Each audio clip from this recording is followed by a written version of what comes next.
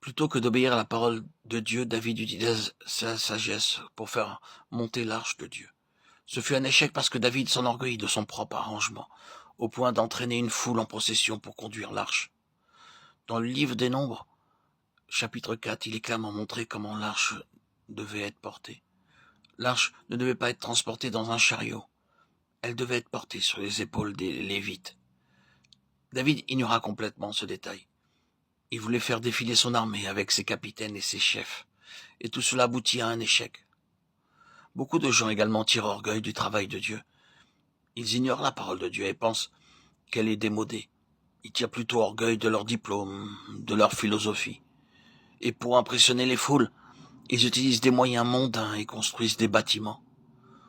Pour prêcher l'évangile, ils comptent souvent sur les caméras ou d'autres moyens. Ils n'utilisent pas la parole de Dieu comme ils le devraient. En prêchant, ils utilisent des références pour appuyer ce qu'ils disent. Les hommes ne peuvent aller à l'encontre de la parole de Dieu. Dieu utilise différentes méthodes pour briser l'orgueil de notre culture, de notre nationalité et de notre éducation.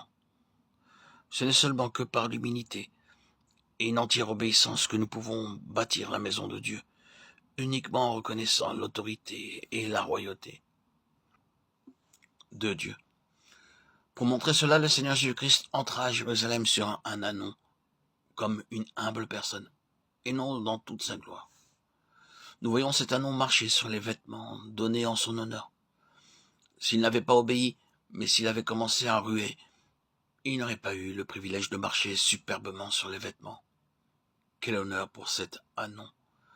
Nous avons le même honneur lorsque nous portons le Seigneur Jésus de la bonne manière.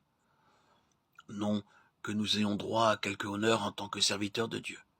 Mais si nous obéissons au Seigneur pleinement ou que nous allions, il nous sera témoigné de l'amour et de la gentillesse de bien des manières. Si toutefois nous commençons à ruer, nous aussi nous serons corrigés. Le Seigneur Jésus est notre roi céleste, et nous devons être placés sous son céleste assujettissement.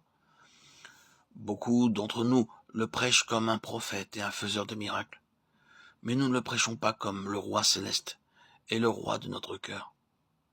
Cela demande beaucoup d'humilité, de douceur, d'obéissance et de disponibilité. Cette quatrième entrée de notre Seigneur à Jérusalem venant de Béthanie se fit sur un ânon et montrait qu'il entrait comme un roi. Nous devons d'abord l'introniser comme roi de nos cœurs, puis de la famille, et enfin de l'Église. Alors seulement nous pouvons aller avec fermeté et autorité prêcher l'Évangile, parce que le roi céleste est intronisé en nous. Ce n'est que lorsque nous portons l'Évangile avec une pleine autorité et pureté et en toute humilité qu'il peut y avoir quelques résultats. Dans cette quatrième visite, ce grand secret nous est donné. Nous voyons dans Marc 11:8 quelle grande joie fut apportée dans la ville entière. Cette joie commença à Béthanie et continua à Jérusalem.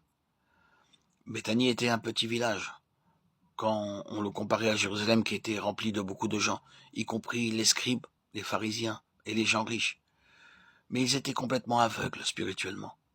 Bien que Béthanie fût un petit village, la joie vint de cet endroit. C'est avec un petit reste que le Seigneur Jésus va accomplir ses desseins, bien que nous soyons un petit nombre. Dieu peut faire de grandes choses par nous, si nous restons humbles et obéissants. Cela devra être une obéissance de tout cœur et implicite, sans questionner. Faites ce qu'il vous commande. Nous trouvons ceci lorsque certains de ceux qui étaient là demandèrent aux disciples ce qu'ils faisaient. Marc 11, 112, 5. En détachant l'anneau, ils répliquèrent que Jésus le voulait et le laissèrent aller. Aussi, quoi que le Seigneur vous demande, donnez-le rapidement, volontairement et joyeusement, et vous découvrirez le secret de sa puissance pour une vie triomphante, un foyer heureux et une église vivante.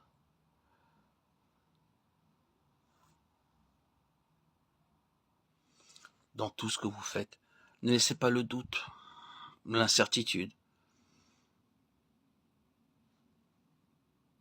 vous envahir.